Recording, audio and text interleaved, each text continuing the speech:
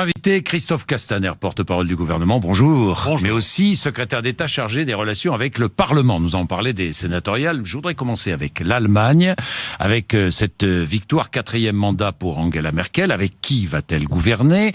Elle a baissé dans les votes. Elle a obtenu 32%, elle faisait un peu plus de 40% auparavant, lors des dernières législatives. Mais surtout, il y a l'arrivée au pouvoir de l'AfD, cette extrême droite allemande.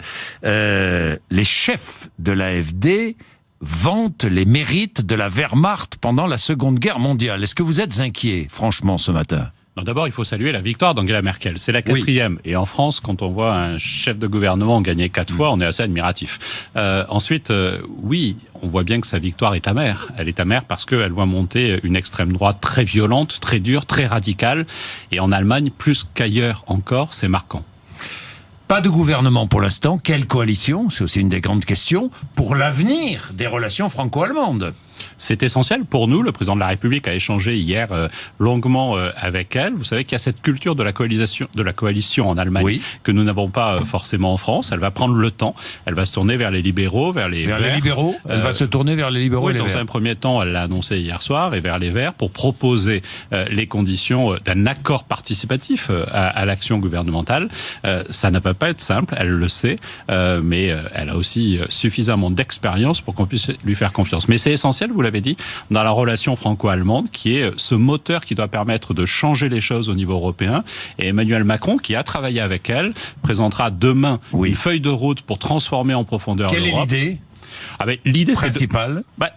L'idée, elle est simple. Elle est de considérer que si justement on veut lutter contre les nationalismes, les populismes dans chacun de nos pays, il faut une Europe puissante, une Europe forte, une Europe qui protège, une Europe qui libère. Ça n'est pas le cas aujourd'hui. Donc il faut réinventer l'Europe. Mais tout l'enjeu, c'est de le trouver. Dit ça, réinventer l'Europe. Ça fait des années que j'entends ça. Non, mais si vous voulez lutter contre le dumping social, c'est assumer que nous faisons cela. Je vais vous prendre un seul exemple. Très récent. Une fiscalité commune, c'est-à-dire des règles sociales communes, c'est cela ? Un exemple très simple. Oui. On parle beaucoup de la fiscalité des GAFA, vous savez, ces grands opérateurs numériques qui ne payent pas l'impôt en France.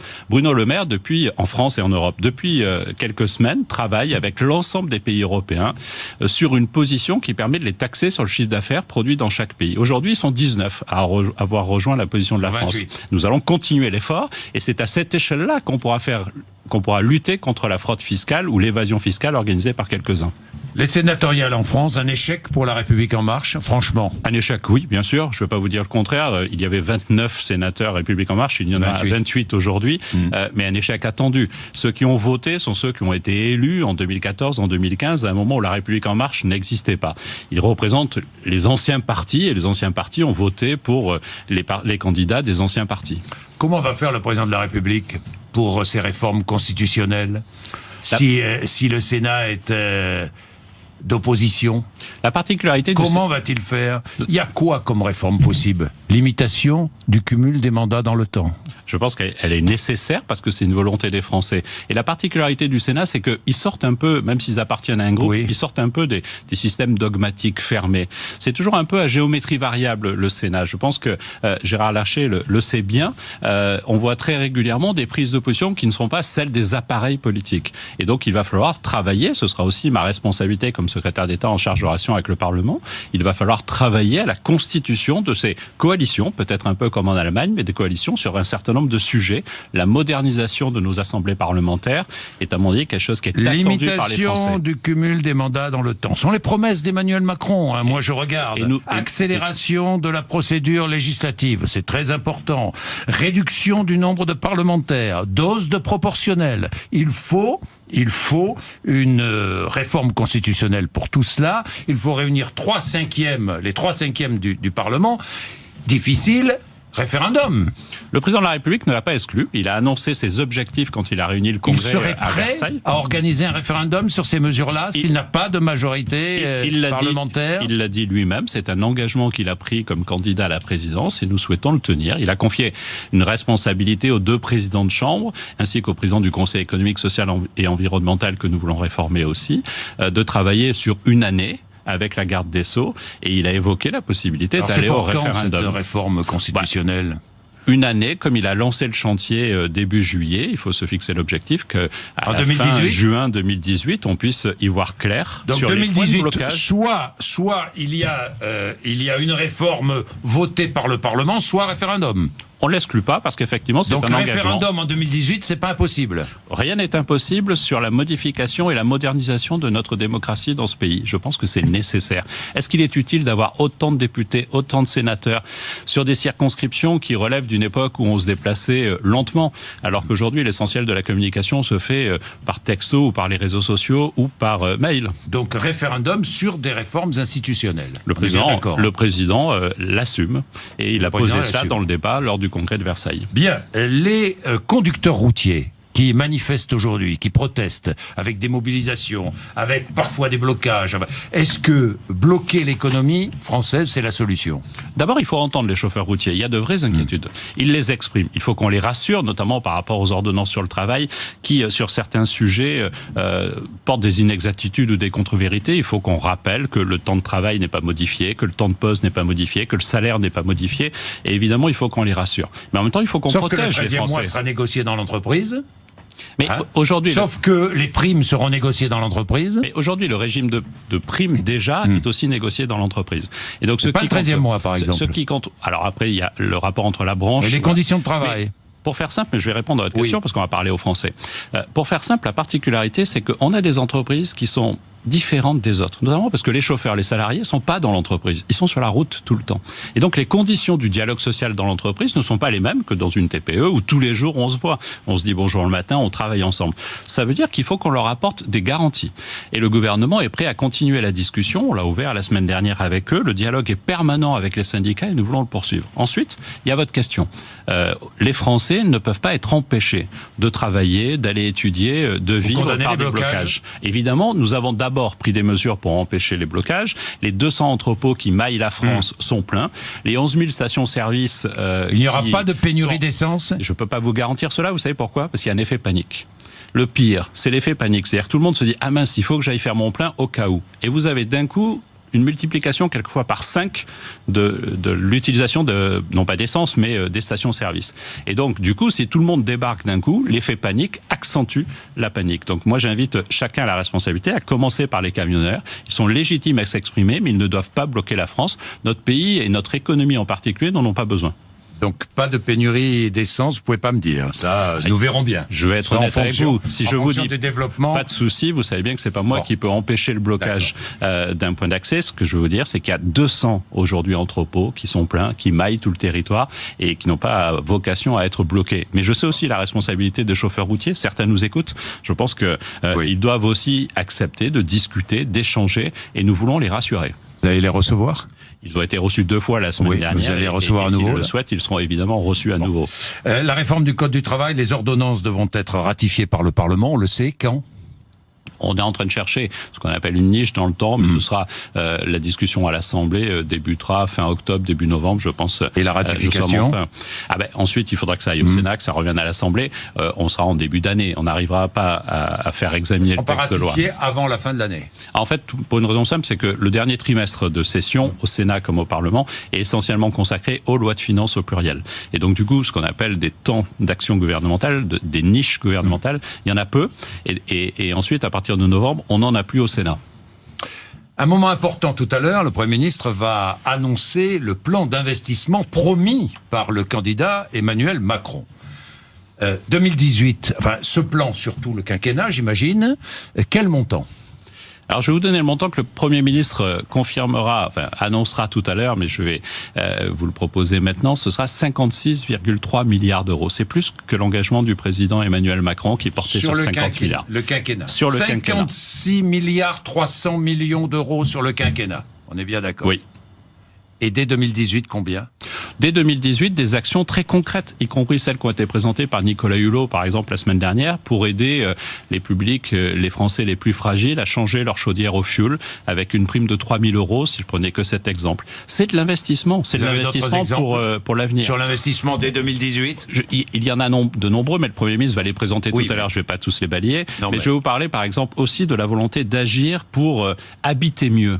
pour les passoires thermiques dans les maisons. Nous nous fixons l'objectif de rénover 75 000 logements dès l'année prochaine, dès l'année 2018, avec un financement, là encore, exceptionnel pour les particuliers les plus fragiles. Ce sont des mesures sociales. Quel financement, quel montant, comment ça va fonctionner? Dites-moi. Ce sera présenté tout à l'heure, mais il y aura des demandes d'aide et la possibilité c'est-à-dire que je veux rénover mon logement. Je demande, je ne sais pas à qui d'ailleurs, à qui. Il y aura un site internet dédié qui vous permettra de faire cette demande. Et j'aurai quoi? Un crédit d'impôt? J'aurai une aide? On veut faire mieux que le crédit d'impôt, parce que le crédit d'impôt, c'est justement quand vous payez de l'impôt, vous avez une déduction fiscale. Exactement. Ben là, on veut transformer justement le crédit d'impôt en chèque direct. Mais pour une raison simple, là encore. Un chèque direct. Un chèque direct. Quand vous faites les investissements, voilà, quand vous faites les investissements d'isolation qui sont nécessaires et qui sont conformes avec quelqu'un qui est agréé. Alors, c'est très différent selon l'investissement que vous faites, donc je peux pas ventiler tout cela. Mais ça va jusqu'à 25%, mais de chèque direct. Et la vraie différence, c'est que alors qu'avant c'était une déduction fiscale, là ce sera un chèque direct. Ça veut dire que les 50% de Français les plus fragiles, qui justement ne payaient pas de fiscalité et faisaient ces travaux sans avoir cet avantage, l'auront immédiatement. C'est encore un effort social important. Bon, 56 milliards sur le quinquennat, combien en 2018 ? L'idée est de ventiler alors, il y aura un temps de départ, mais l'idée est de ventiler ça sur 5 ans et d'avoir un 5e qui soit mobilisable chaque année. Un 5e, c'est pas mal quand même, un 5e. C'est un montant très important, mais investir. Ça fait 10 milliards. Ça fait 10 milliards dès 2018. Oui, mais je vais prendre un autre exemple. Investir aujourd'hui, c'est préparer les économies de demain. Investir dans l'administration numérique pour faire en sorte qu'on puisse demain économiser, entre guillemets, des emplois de fonctionnaires qui seront mobilisés sur d'autres fonctions et sur les priorités essentielles du gouvernement, c'est un investissement qui rapporte. C'est un peu ça l'idée. Investir sur les économies d'énergie, c'est un investissement qui rapporte. Le budget sera présenté mercredi. Vous allez me dire si vous confirmez ou pas l'augmentation des taxes sur les carburants et notamment sur le diesel. Plus 7,6 centimes. Je vous le confirme, c'est la volonté d'avoir une convergence entre l'essence et le diesel. Plus 7,6, donc une augmentation des taxes de 10% l'année prochaine. De 7,6 centimes, qui est inférieur au prix de la baisse du pétrole que l'on a connu ces derniers mois. Plus 3,9 sur l'essence. C'est la convergence dont je veux parler. C'est deux chiffres. On est dans ces eaux-là, je ne vais pas vous dire que vous vous trompez. Présentation du budget 2018, donc mercredi. Vous venez de me parler de plan d'investissement pour l'agriculture. Est-ce qu'il y aura une partie de cet investissement qui sera consacrée à l'agriculture? Oui, c'est essentiel. Et si je vais prendre qu'un seul sujet, c'est celui sur lequel le Premier ministre vient de trancher. C'est la question du glyphosate. Vous savez, ce produit dont on craint qu'il ait des conséquences nocives sur la santé, mais qui en même temps aujourd'hui est indispensable pour nos agriculteurs. La Commission européenne envisage de prolonger l'autorisation du glyphosate pendant 10 ans. Nous le refusons. La position de la France sera hostile à cela. Mais par contre, nous voterons contre. Nous voterons contre. Quand aura lieu le vote? Dès le vote qui doit avoir lieu dans les semaines qui viennent, la position de la France sera claire. Pas le 2 ou 3 octobre, c'était prévu le 2 ou 3 octobre. Oui, mais l'Europe va le faire. Mais on veut aller plus loin. On veut investir massivement et c'est à peu près 5 milliards d'euros qui seront mobilisés pour la modernisation de nos pratiques agricoles. Dès l'année prochaine, 5 milliards d'euros, non, sur le quinquennat. Sur le quinquennat. Oui. Et donc on veut donner les moyens aux agriculteurs, mais aussi aux scientifiques de trouver des produits de substitution au glyphosate. Et le Premier ministre a arbitré, et ce sera communiqué dans les heures qui viennent, il a arbitré pour faire en sorte que ce produit soit interdit en France, ainsi que tous ceux qui leur ressemblent et qui menacent la santé des Français, d'ici la fin du quinquennat, et de faire en sorte que, par ces investissements massifs, on puisse trouver des avant la fin du quinquennat, c'est-à-dire avant 4 ans et demi, le glyphosate sera interdit pour tous les usages. Usage domestique. Évidemment, le particulier, il sera interdit à partir de janvier 2019 pour les particuliers. Évidemment, usage par les collectivités territoriales, mais par les agriculteurs aussi. Aussi, avec cette volonté d'investir et de trouver des produits de substitution, nous savons que nous pouvons le faire. Donc, avant la fin du quinquennat, il n'y aura plus de glyphosate dans ce pays. C'est l'engagement que Édouard Philippe confirmera dans les heures qui viennent et l'arbitrage qu'il a rendu ce week-end. Bien. Jean-Luc Mélenchon, j'ai vu que vous aviez réagi aux propos tenus par Jean-Luc Mélenchon. Ce sont des propos d'estrade. Selon vous, c'est quoi cette brutalité dans les propos? Pourquoi? Elle me surprend pas, cette brutalité. Elle est constante dans le discours très radical de Jean-Luc Mélenchon. Au fond, il est dans le déni de réalité. J'ai vu qu'il m'avait répondu sur Facebook, et donc je vais profiter de l'antenne pour lui dire, Monsieur Mélenchon, vous avez perdu l'élection présidentielle. Et Emmanuel Macron ne l'a pas volée. Ils ont tenté de faire un procès d'illégitimité à Emmanuel Macron. Non, il a été élu et les députés qui siègent à l'Assemblée ont été confortés et ont confirmé la victoire d'Emmanuel Macron. Il y a 17 députés de la France Insoumise qui ont été élus. Ils sont légitimes, je les respecte. Par contre, effectivement, l'amalgame un peu honteux qui a été fait entre tous ceux qui ont... Honteux, oui. L'amalgame entre les nazis et Alain Juppé sur le CPE ou Emmanuel Macron avec les ordonnances, même si c'était dans une longue liste de réformes qui ont été faites dans ce pays. Vous méfiez des anaphores. Je pense que c'est une erreur politique à minima, et je pense qu'il y avait de l'emportement de tribune. Peut-être que le fait que la place de la République ait été coupée en deux parce qu'elle n'était pas pleine à ce moment-là pour faire un effet de densification a amené... Mais Emmanuel Macron parle du peuple comme de la racaille, dit Jean-Luc Mélenchon. Jamais auparavant personne n'avait parlé au peuple français de cette façon. Oui, mais vous voyez bien qu'il fait un amalgame. Racaille, de mémoire, c'était un autre président de la République, et jamais ce mot n'a été utilisé par Jean-Luc Mélenchon. Alors vous savez, je crois que lui qui aujourd'hui nous explique, surtout non, il n'a pas parlé des nazis, finalement on l'avait mal compris, devrait éviter de faire des raccourcis historiques, quelquefois, mais aussi sémantiques, comme ceux que vous venez de me rappeler. Bien, les prochaines mesures importantes, on le sait, mesures, réforme de la formation professionnelle et de l'apprentissage. Je voulais vous en dire un mot, parce que c'est pour quand? La fin de l'année, avant la fin de l'année? On va chevaucher, mais le débat va commencer tout de suite, dans 15 jours. La ministre, parce que les ordonnances étaient une étape de cette transformation en profondeur du marché du travail, mais les sujets que vous abordez, vous avez raison de les aborder, sont majeurs. Je pense à la formation professionnelle, je pense à l'apprentissage. Oui. Nous parlions de l'Allemagne tout à l'heure. Oui. L'Allemagne est un bon exemple sur la question de l'apprentissage. L'Allemagne et la Suisse, par exemple. Et là où en France, on regarde avec un peu de mépris l'apprentissage en disant c'est pour être boucher alors que c'est un métier formidable. En Allemagne, on dit oui, c'est pour être boucher, mais c'est aussi pour être ingénieur électronique. Je voulais vous parler de la formation professionnelle pour terminer. Est-ce que vous allez revoir tout le système? Par exemple, pousser la porte des organisations de formation, des organismes de formation, qui sont souvent gérés par les syndicats patronaux ou de salariés. Vous allez aller voir ce qui se passe un peu? Vous êtes en train de nous annoncer qu'on va avoir de nouvelles crispations. Vous avez raison. Il y a des mauvaises habitudes qui peuvent exister. Oui. Il faut tout mettre à plat. Vous allez tout mettre à plat sur la formation professionnelle? Il y a 32 milliards d'euros qui sont mobilisés. Oui. Vous vous rendez compte le montant? Et est-ce que c'est efficace? Est-ce que ça permet de former les chômeurs en particulier? Non. Et donc notre objectif, c'est effectivement de tout mettre à plat et d'utiliser les ressources pour ceux qui en ont le plus besoin. Est-ce que vous allez remettre à plat le financement des syndicats?